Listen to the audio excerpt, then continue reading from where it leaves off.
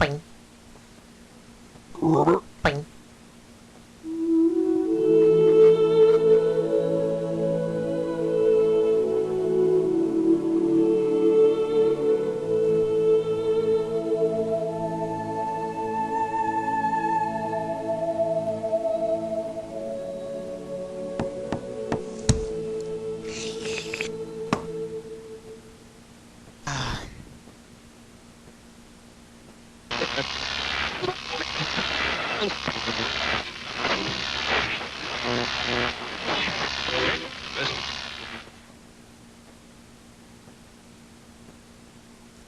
Why do you always show up when I read the Bible?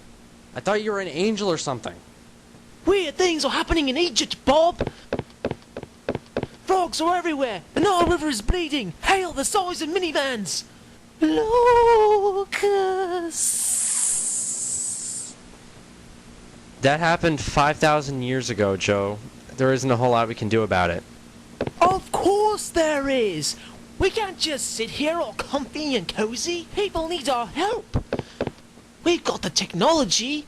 We've got to do something. Okay. Somehow I know I'm gonna be sorry. Just let me get changed first.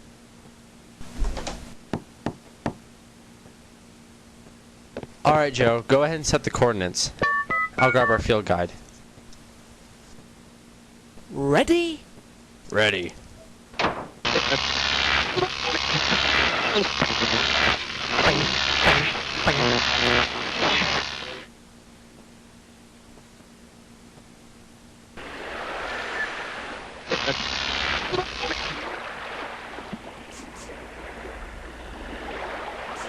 What are you looking for? Frogs, Bleeding Nile, minivans, locusts.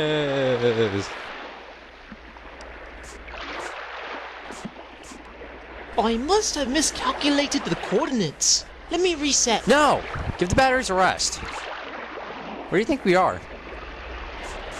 Not sure.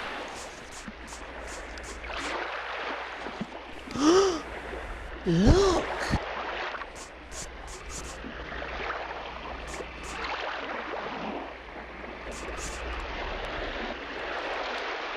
You're not from around these parts, are you?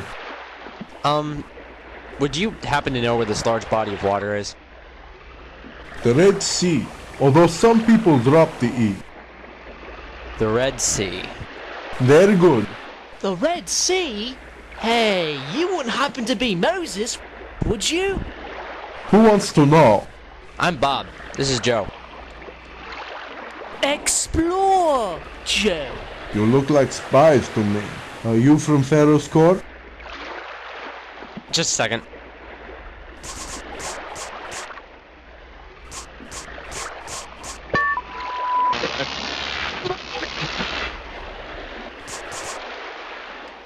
That's better.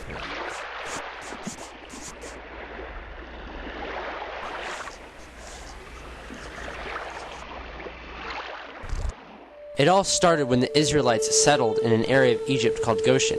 A new pharaoh was on the throne who feared the Israelites because their population seemed to be growing every day. Pharaoh enslaved them to do work for the Egyptians. To keep them from multiplying, Pharaoh ordered his men to kill all of the newborn male Israelite babies. But one Jewish woman decided to hide her baby in a basket and float him down the Nile River to safety.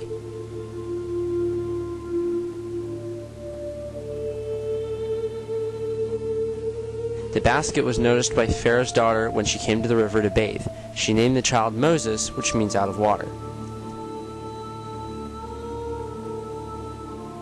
When Moses grew up, he realized how wrongly the Israelites were treated. It made him so angry he even killed one of the Egyptian soldiers. When he found out people knew about the murder, Moses ran away from Egypt to the Median desert, where he became a shepherd and married a woman named Zipporah.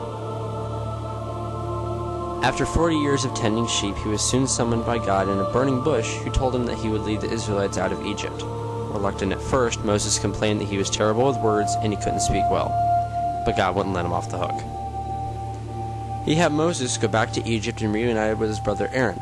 The two of them went to Pharaoh and asked him to let their people go. When Pharaoh refused, Moses demonstrated the power of God by turning the staff into a snake.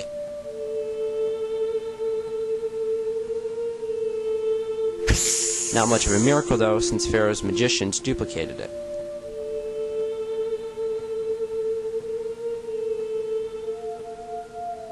Too bad no one noticed Moses' snake swallow the magician's snake. Or when Moses turned the Nile River into blood. I know! That's what I was freaking out about! If I was Pharaoh, I would have had the Israelites leave as soon as I saw all that blood! Well, he didn't, so God sent 9 more plagues.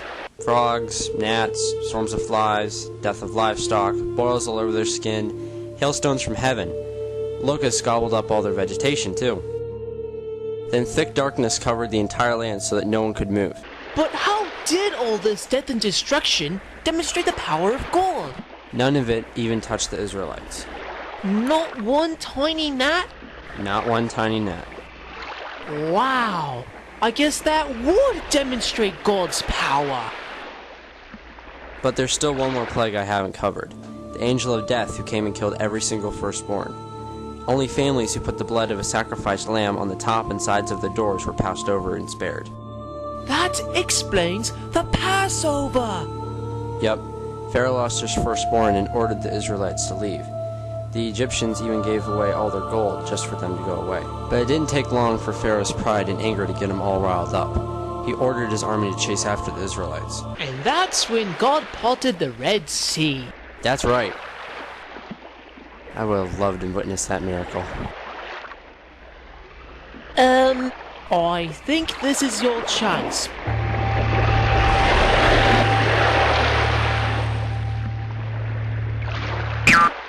And that explains the angry Egyptian army.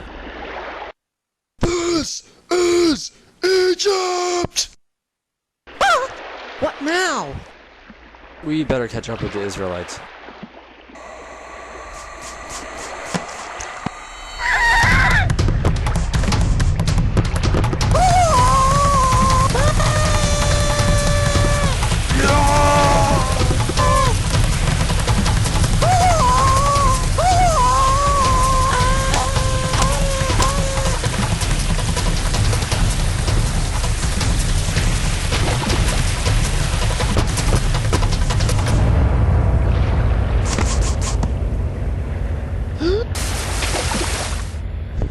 Uh-oh.